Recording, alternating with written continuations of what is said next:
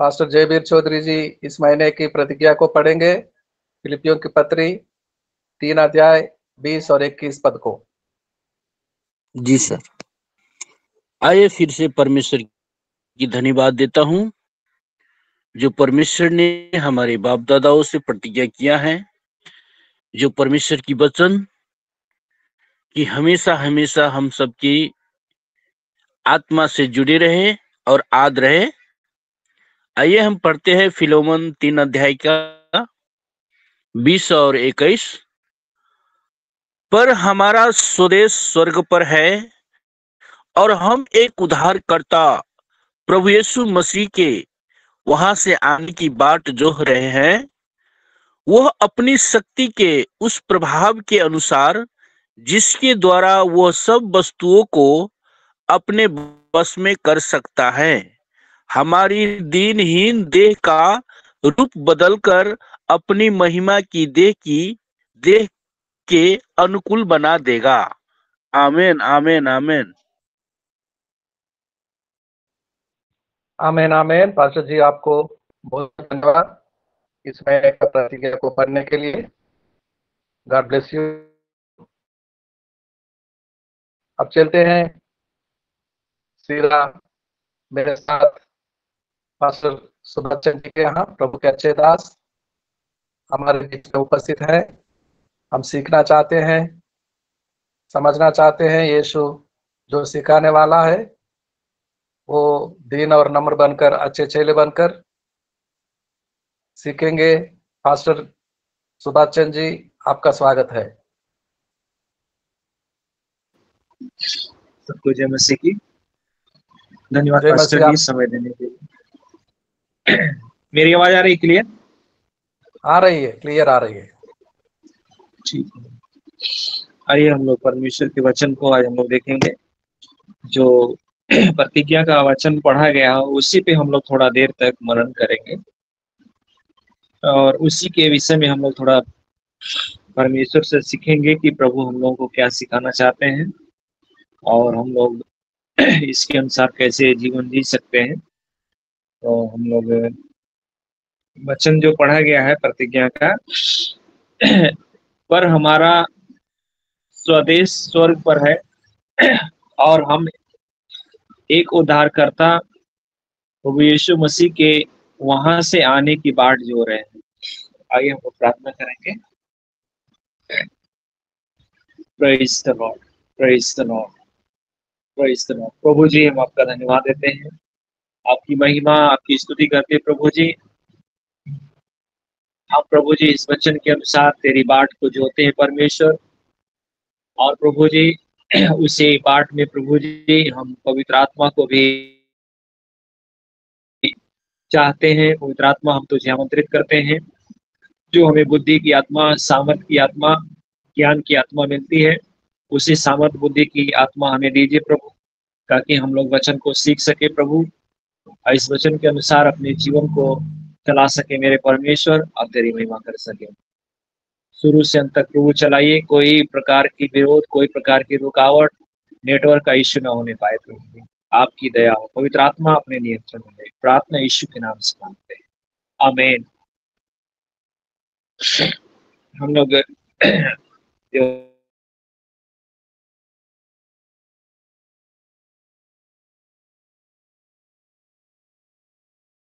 आज की हमारा स्वदेश स्वर्ग पर है और हम एक उद्धारकर्ता प्रभु यीशु मसीह के वहां से आने की बाट जो रहे हैं। तो सच में आज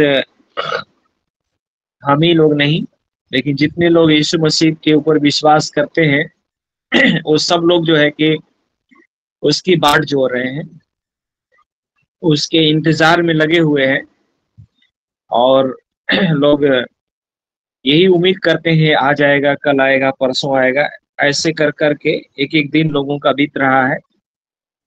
लेकिन उसके आने से पहले हमें कैसे रहना है, और सच में हम उसकी बाट जोड़ रहे हैं कि नहीं। अगर बाट जोड़ रहे हैं, अगर वो प्रभु हमारे बीच में आएगा, अगर हमारे जिस दिन की हम बाट जो रहे हैं, अगर उस दिन आएगा तो क्या प्रभु हमको लेके जाएगा? सवाल इस बात का है। प्रश्न ये उठता है कि हम तो बाट जो रहे हैं, बड़ा इंतजार कर रहे हैं। जैसे हम लोगों ने पिछले दिनों देखा था 10 कुंवारियों का, हम लोगों ने बारे में सुना था, 5 बुद्धिमान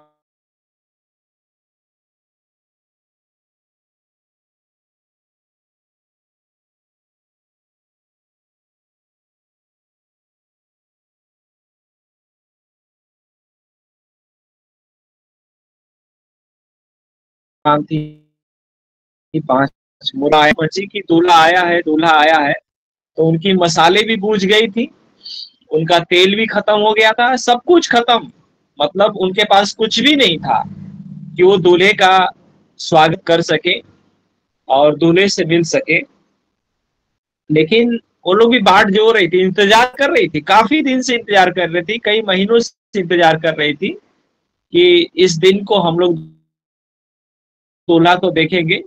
लेकिन क्या मतलब निकला, क्या उनको परिणाम मिला कि वो सो गई। लास्ट में जो चीज मिलने वाला था 2 घंटा 3 घंटा 4 घंटा में, उनको जो जो कई वर्षों से इंतजार हो रहा था कि दूल्हा आएगा दूल्हा आएगा, उनका इंतजार हो रहा था। लेकिन वो 2-4 घंटे में अपने सारे जीवन के बहुमूल्य वस्तु को, जो बहुमूल्य, जो उनको मिलने बहुमूल्य चीज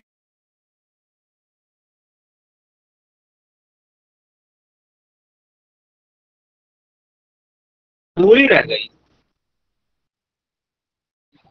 क्योंकि उन्होंने बुद्धिमानी के साथ बाट को नहीं जोहा, उसका इंतजार नहीं किया, और सब कुछ उनका क्या हो गया, व्यर्थ हो गया। तो आज भी यही हम लोग प्रभु के वचन से सीखते हैं। जब हम लोग उसकी बाट जो रहे हैं, बड़ी बुद्धिमानी के साथ बाट जोना है। पूरा साल, कई वर्षों, 40 साल, 50 साल, 60 साल, 70 साल तक उन्हें बाट जोहा। लेकिन यीशु मसीह जब आएगा, उस समय हम लोग क्या करते हैं, सारी बातों को हम लोग भूल जाते हैं और उस बातों को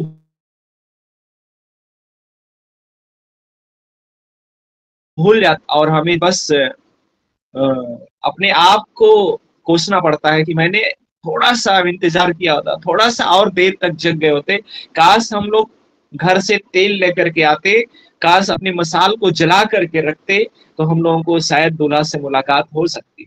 लेकिन उन्होंने बहुत पश्चाताप किया, पश्चाताप करने के बाद भी उनको कुछ भी फायदा नहीं हुआ। तो आज भी हम लोगों को परमेश्वर का वचन यही बता रहा है कि हमारा स्वदेश स्वर्ग पर है, हम लोग यहाँ मुसाफिर हैं, घूमने के लिए आए हैं। तो हमारा जो देश है, जिस देश में हम रहने वाले हैं, वो है स्वर्ग पर, और वहां पे हमारा उद्धारकर्ता प्रभु रहता है, और वो हमको लेने के लिए आने वाला है। तो हम उसकी बाट जो रहे हैं, सब लोग उसकी बाट जो रहे हैं, कब आएगा कब आएगा, आने वाला है आने वाला है। लेकिन उसकी बाट को हमें जोहना है, सही ढंग से जोहना है, नहीं तो हमें उन कुंवारियों के समान जो है कि हमें कुछ भी नहीं मिलेगा, कुछ भी फायदा नहीं होगा। अब इसी बात को हम लोग इफिसियों की पत्री उसका 2:19 में भी हम लोग देखते हैं।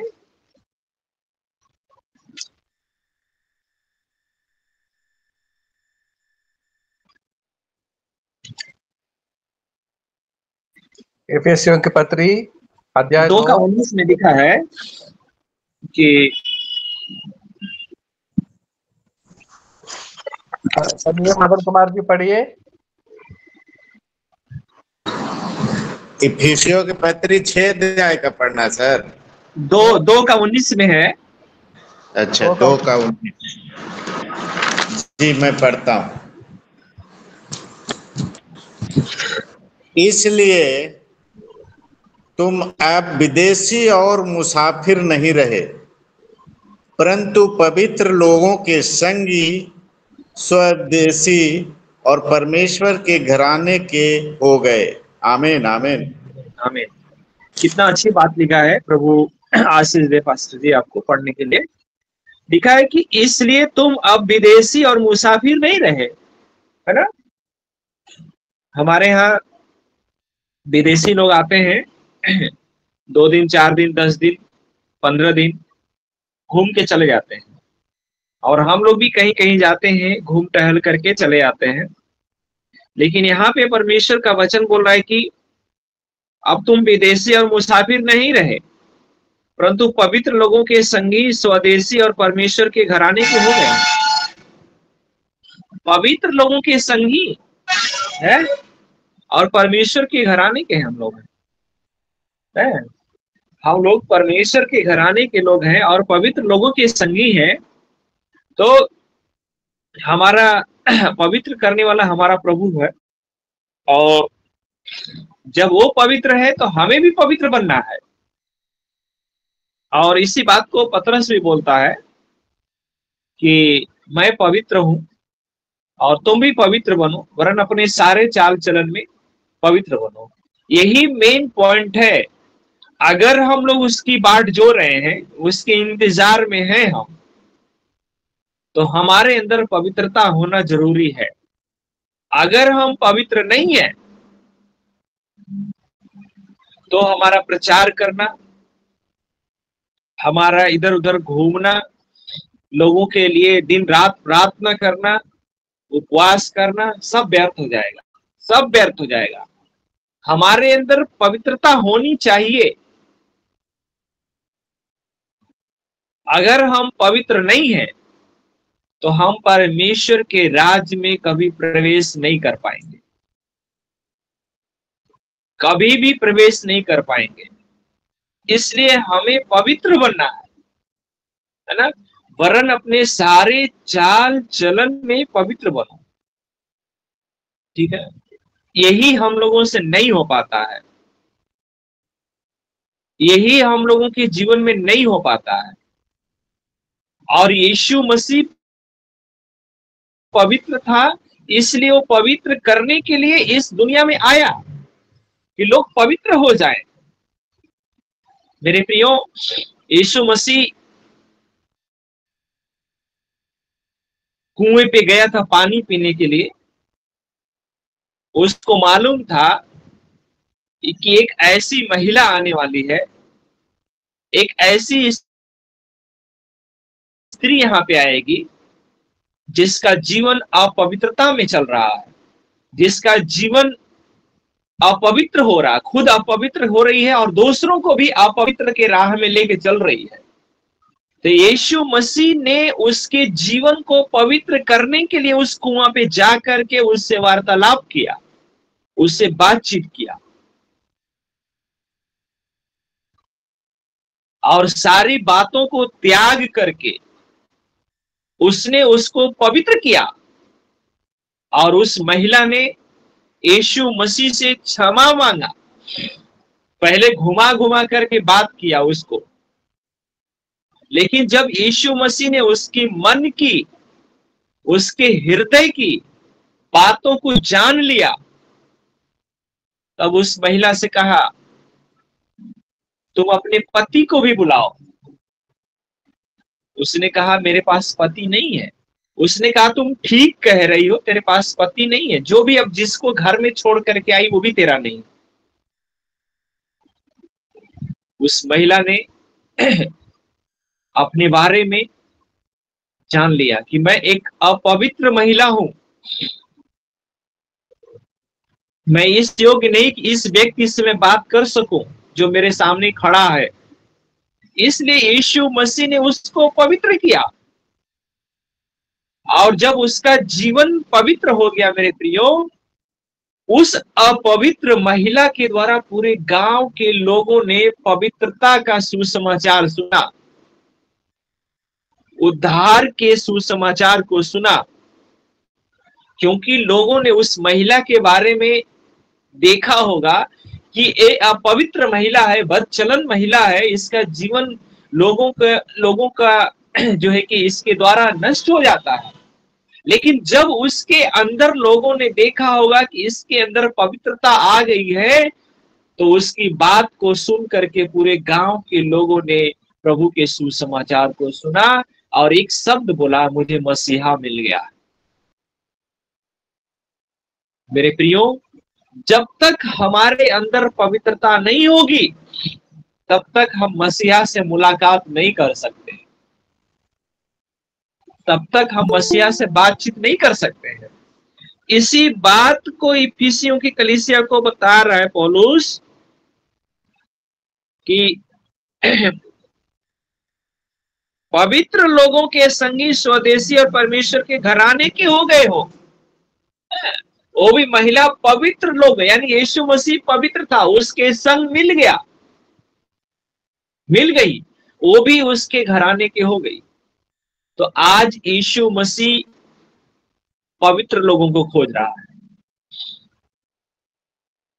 पवित्र लोगों को खोज रहा है कि कौन लोग पवित्र हैं। यीशु मसीह, हम जानते हैं कि हम पापी हैं, सब जानते हैं कि हम पापी हैं, लेकिन हमने यीशु मसीह को जब ग्रहण कर लिया, मेरे पाप क्षमा हो गए, मेरे अपराध मिटाए गए। उसके बावजूद भी हम पाप करेंगे तो फिर हम लोग उसके राज्य में प्रवेश नहीं कर पाएंगे। उस महिला को यीशु मसीह ने क्षमा कर दिया और वो महिला फिर 5 के बजाय 10 पति करेगी, तो परमेश्वर के राज्य के वारिस नहीं हो सकती। मेरे प्रियो, जिस पाप को हमने किया है, हम जानते हैं कि हमने पाप किया है, लेकिन उसको हमें छोड़ने की जरूरत है, पवित्रता पे चलने की जरूरत है। एक पवित्र लोगों का समाज होना है, जहां पे मसीह की बात होती है वहां पे लोगों के दिमाग में यही आता है कि ये लोग बहुत धर्मी लोग हैं, ये लोग पवित्र लोग हैं। लोगों के दिमाग में यही बात आती है। क्यों? क्योंकि लोग जानते हैं कि इनका जो परमेश्वर है, इनका जो प्रभु है, वो पवित्र है। इसलिए उसके साथ जितने लोग अपना संबंध स्थापित करते हैं वो सब लोग पवित्र बनते हैं। तो आज प्रभु का वचन हम लोगों को यही सिखा रहा है कि हमें पवित्र बनना है। अगर हम पवित्र बन करके उसकी बाट नहीं जोहेंगे तो जो राज्य, जो स्थान देने के लिए वादा किया है उसमें हम कभी भी नहीं जा सकते, कभी भी प्रवेश नहीं कर पाएंगे। तो इसलिए हमें क्या करना है? पवित्र लोगों का एक समाज बनना है, पवित्र लोगों को एक समाज बन करके अलग होना है। और इसीलिए यीशु मसीह ने कहा, मैंने तुम्हें इस संसार से अलग किया है, संसार से अलग किया है। संसार में हम लोग जरूर रहते हैं, लेकिन उनसे भी अलग किया, इसीलिए अलग किया है कि तुम लोग पवित्र लोग हो, पवित्र लोगों के संगी, स्वदेशी और परमेश्वर के घराने के हो गए होगे नहीं, होने वाले नहीं हो गए हो। तो जब हम परमेश्वर के घराने के हो गए हैं, उसके घर के हो गए हैं, तो जैसा परमेश्वर चलता है, जैसा हमारा प्रभु चलता है, जैसा हमारा प्रभु बातचीत करता है, वैसे हमें भी रहने की जरूरत है, कोशिश करना है। और कोशिश करने वालों की कभी हार भी नहीं होती है। मेरे प्रियो, प्रतिदिन कोशिश करना है, प्रभु तू पवित्र है, तो आज मुझे पूरे दिन पवित्रता के राह में लेके चलिए प्रभु। हो सकता है प्रभु आज ही उसका आगमन हो जाए, अभी 2 घंटे के बाद आगमन हो जाए, या रात को हम सोए उसका आगमन हो जाए, तो हम पवित्र नहीं रहेंगे, छोड़ देगा प्रभु, हमें छोड़ देगा।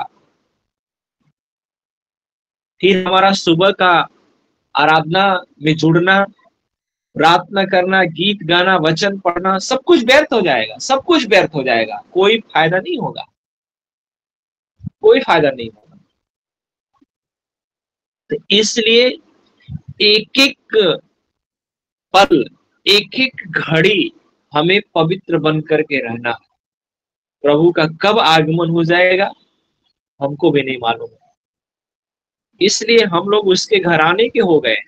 जब हमारे घराने के ही लोग, जब हम परमेश्वर के घराने के ही लोग अपवित्र रहेंगे तो लोग कैसे पवित्र हो सकते हैं? हम परमेश्वर के घराने के लोग हैं, हम लड़ाई करते हैं। हम परमेश्वर के घराने के हैं, हम झगड़ा करते हैं। हम परमेश्वर के घराने के लोग हैं, झूठ बोलते हैं, चोरी करते हैं, व्यभिचार करते हैं, मूर्ति पूजा करते हैं, लोगों को धोखा देते हैं। तो हम कैसे उम्मीद कर सकते हैं कि लोग जो है कि पवित्र हो जाएंगे?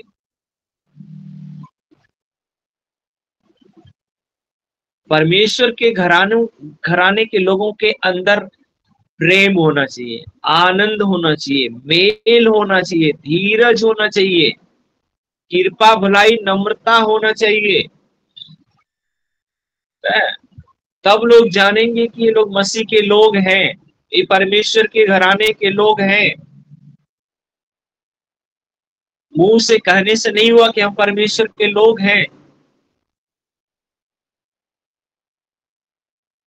गधे के पीठ पे वकालत की किताब रख दिया जाए तो गधा वकील नहीं बनेगा, वो गधा ही रहेगा।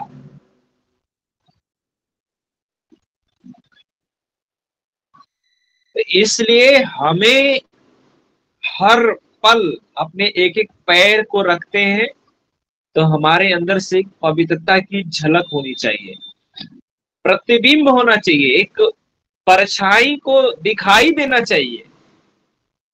लोग बोले कि नहीं, ये लोग जो है कि सच में प्रभु के लोग हैं।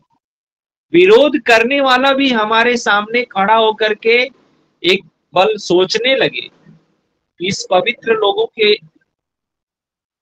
साथ मैं क्या करने के लिए जा रहा हूं, वो भी सोचने पे मजबूर हो जाए। क्योंकि हम लोग परमेश्वर के घराने के लोग हैं, जवाबदेही हमारी होगी। सबसे पहले जवाब हमसे लिया जाएगा।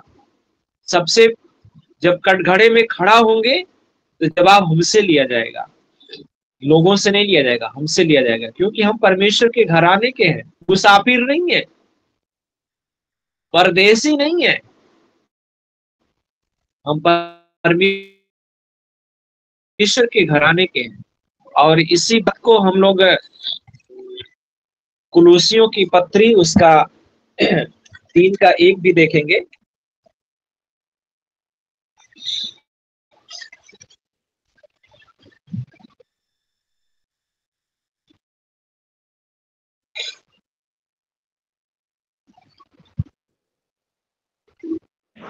हाँ, कौन सा वचन पढ़ना है सर? कौन सा अध्याय?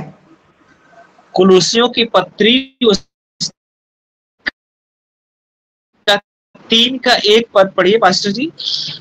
अतः जब तुम मसीह के साथ जिलाए गए तो स्वर्गीय वस्तुओं की खोज में रहो, जहां मसीह विद्यमान है और परमेश्वर के दाहिनी ओर बैठा है। हालेलुया। तो वो आशीष दे आपको पढ़ने के लिए, है ना। यहाँ पे लिखा है, जब तुम मसीह के साथ जिलाए गए तो स्वर्गीय वस्तुओं की खोज में रहो, है ना। हम पाप के लिए मर गए थे, अपने पापी स्वभाव में हम लोग मर गए थे। लेकिन जिस दिन हम लोगों ने बपतिस्मा लेकर के पानी से ऊपर आए हम लोग, तो अपने सारे स्वभाव को हमने उसमें मार दिया, दफन कर दिया, और एक हम नया मनुष्य बन करके जीवन को जीने के लिए प्रभु ने हमें बनाया है। तो हम स्वर्गीय वस्तुओं की खोज में रहें, हैं? हम स्वर्गीय वस्तुओं की खोज में रहें, इसलिए रहें कि हमें वहां जाना है, उसके पास जाना है जो स्वर्ग में विद्यमान है, स्वर्ग में उपस्थित है, उसके पास जाना है। स्वर्गीय वस्तुओं की खोज में रहना, जो जिस वस्तु के द्वारा हम स्वर्ग जा सकते हैं उसकी खोज में रहना है। लेकिन हम लोग उसकी खोज में नहीं रहते हैं, हम कुछ और ही चीज के खोज में रहते हैं। प्रभु का वचन बता रहा है कि हमें स्वर्गीय खोज में लगे रहना है, और जहां पे मसीह विद्यमान है और परमेश्वर के दाहिनी ओर बैठा है, परमेश्वर की दाहिनी ओर बैठा है, और वो भी कहा कि जहां, तो जब वो जगह तैयार करने के लिए गया है और वायदा किया कि जहां मैं भी रहूंगा वहां तुम भी रहो, तो जब हमारे अंदर स्वर्गीय वस्तु की खोज ही नहीं रहेगी, स्वर्ग जाने लायक कोई वस्तु ही नहीं पाएगा, तो क्या दाहिने बिठाएगा? क्या अपने राज्य में प्रवेश करने देगा? नहीं देगा, भगा देगा और बोलेगा हम तुम्हें जानते ही नहीं है। अरे प्रभु, हम तो सुबह सुबह उठ करके प्रार्थना में जुड़ते थे, 7 से सुबह 6 बजे से लेकर के 8 बजे तक। प्रभु बोलेगा चुप, हम तुमको जानते ही नहीं है। कितना दुख लगेगा, कितना दुख लगेगा। हम तो बहुत अच्छी आराधना कर लेते थे, चुप रहो, एकदम बोलना नहीं।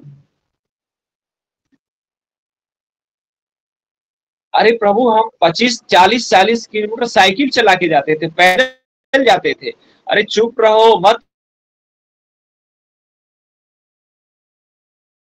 बोलो, कुछ भी मत बोलो। लेकिन जो स्वर्गीय वस्तु को लेकर के जाएगा, पवित्रता के साथ जाएगा, उसको कुछ बोलने की जरूरत नहीं है। उसको यीशु मसीह को सामने सफाई देने की जरूरत नहीं पड़ेगी। हम कितना किलोमीटर पैदल जाते थे, कितना हम आराधना करते थे, कितना प्रार्थना करने की जरूरत नहीं। प्रभु बोलेगा आओ आओ, तुम मेरे प्रिय दास हो, मेरे दास मसीह आपका वेलकम करने के लिए तैयार रहेगा। ये मेरा प्रिय पुत्र है, ये मेरा प्रिय जन है, इससे मैं बहुत प्रसन्न हूं, इससे मैं बहुत खुश हूं। वहां पे आपको कुछ बोलने की जरूरत नहीं पड़ेगी। तो आज हम लोगों को प्रभु यही सिखा रहा है कि हम उसकी बाट अगर जो रहे हैं तो सच्चाई के साथ जो है। और एक वचन को और हम लोग पढ़ेंगे, पहला कुरिन्थियों 1:7 में।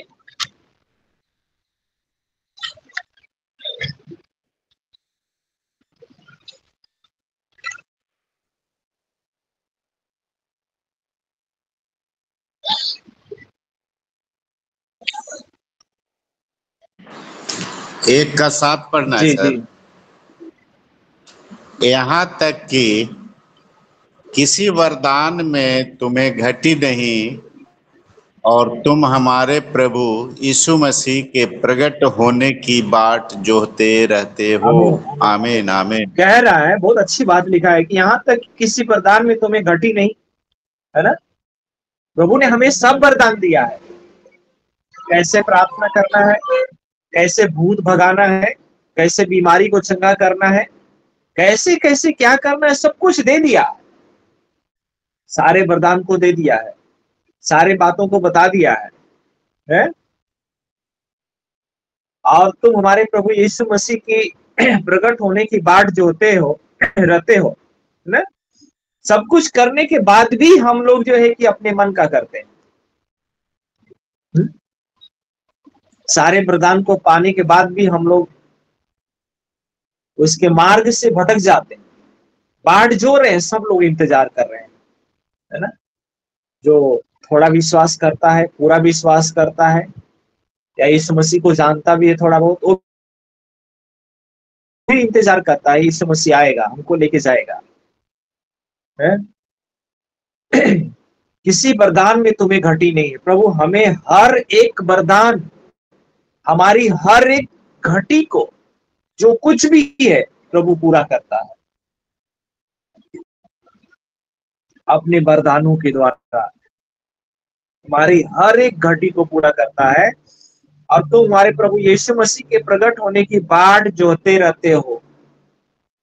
हम लोग इसीलिए बाट जोहते रहते हैं, और हम लोगों को बाट जोहना है कि प्रभु ने जो जो वरदान दिया है, जो जो आज्ञाएं दिया है, उन उन आज्ञाओं को मानते रहना है, उन उन बातों को मानते रहना है और उसकी इंतजार करते रहना है।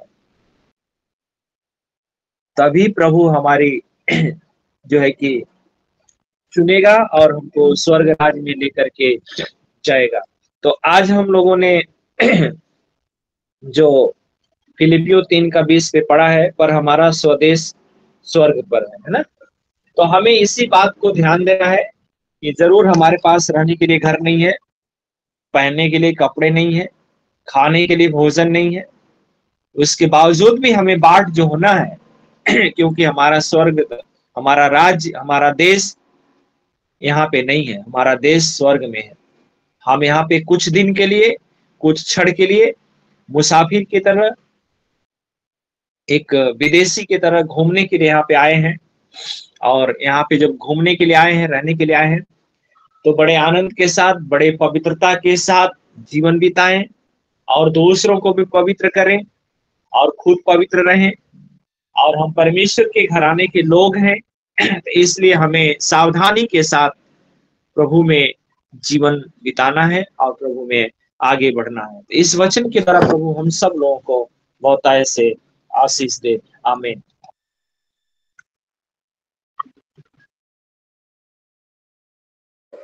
आमीन आमीन।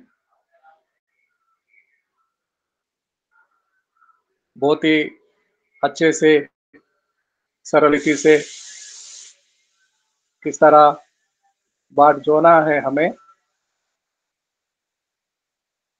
हम समझ गए हैं। बहुत अच्छे से संदेश को सुना हमने।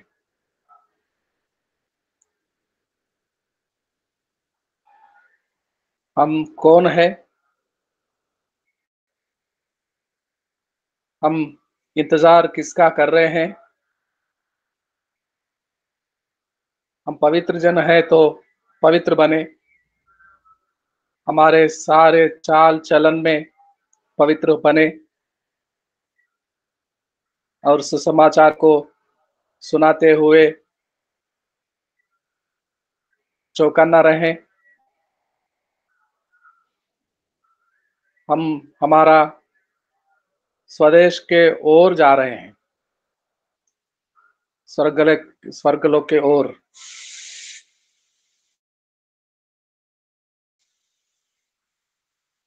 हमें से कोई भाई बहन सामने आए और प्रार्थना करे 1 मिनट के लिए। हमें से कोई भाई बहन सामने आए।